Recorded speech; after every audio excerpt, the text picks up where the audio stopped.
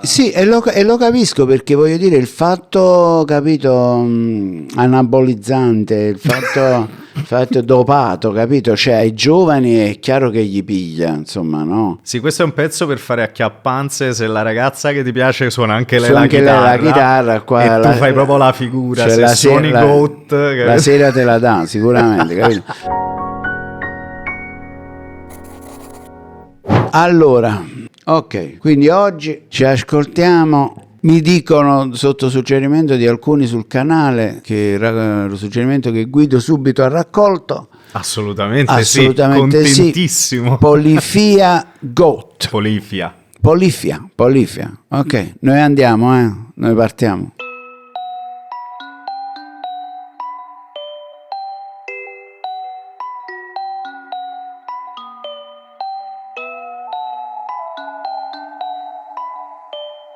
Ecco, diciamo che già con questa introduzione, già diciamo il mio mood si è spostato nel positivo, nel senso che effettivamente fatti interessanti, si fatto stonamento, cose, suoni, bello, vediamo che succede.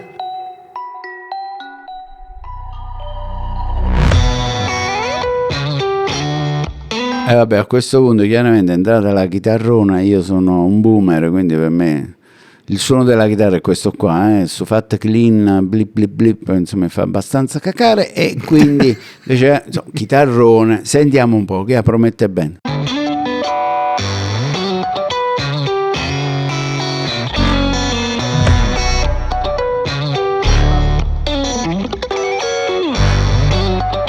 Ma che è sto ragazzo? Tim Henson.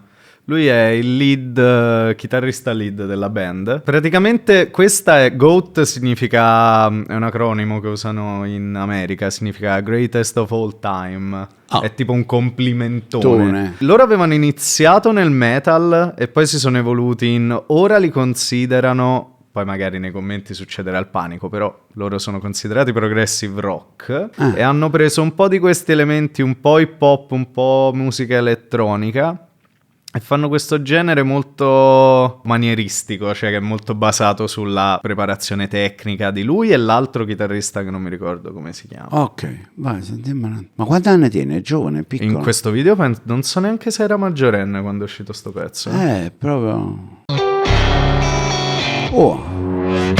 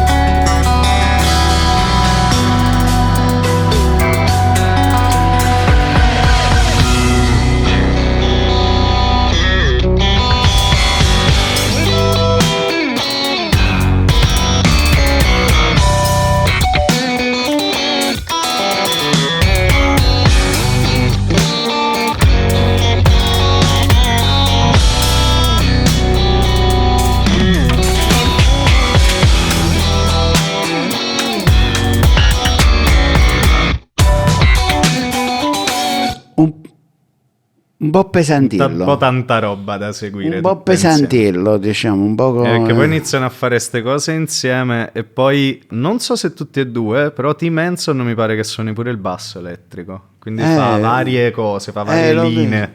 Un poco pesantello, diciamo, però vabbè, bravissimi, insomma, si vede, bello vedere ragazzi che suonano veramente gli strumenti. Tecnicamente sono bravi. E poi loro hanno creato comunque molto un trend con questa cosa. Lui è diventato famosissimo, proprio Tim Henson come personaggio, è andato ospite in un sacco di cose. Gli hanno fatto il plugin, la Neural DSP ha fatto il suo plugin col suo ampli e la sua pedaliera. Gli hanno fatto la chitarra signature. Insomma, sto pezzo li ha portati molto sul... No, buon per loro. Cioè, molto circense, però insomma, diciamo, ripeto, sì. Diciamo, il commento diciamo, del fruttivendolo, insomma, un poco pesantello, diciamo, io direi è intenso da seguire. È intenso. Vediamo un attimo.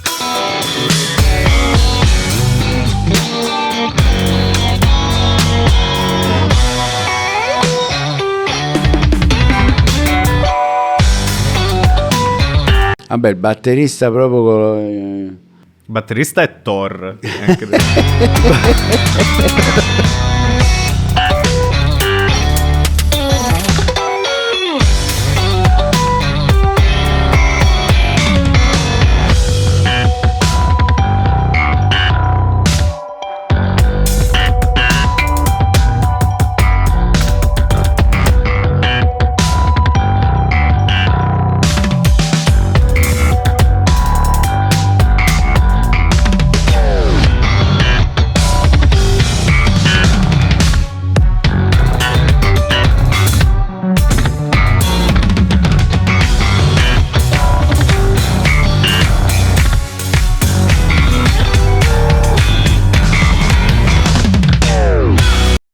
Vabbè, allora, sì, cioè, bravi, solamente che a me, vabbè, io ho una deformazione ovviamente su questa cosa, cioè, a me se ripeti la stessa cosa 4 volte, pure che fai lo sfringuellamento pazzotico, però è sempre la stessa cosa, diciamo, a me... Sì, perché porta questo tema sempre Mamma fisso e lo mia, sposta sulla griglia. A me mi annoia un po', cioè, ho capito, cioè, se capito mi verrebbe dire, già capito, però, quindi, quando succede il fattariello, cioè, quando mi fai sentire, capito? Lo so, è una deformazione da jazzista, però, 3 minuti, sempre sta cosa, che il batterista ogni tanto inventa qualcosa, capito? Però un poco, perdonatemi, mi dispiace i fan, però, insomma, diciamo... Chiaramente è una questione mia di sensibilità. Vabbè, che tecnicamente non gli si può dire niente, però sul genere e sullo stile quello c'è il gusto personale, quello è come capito? il mangiare, non si può dire cosa sì, è giusto. Un po', sì, sempre uguale, insomma. Sentiamo la fine.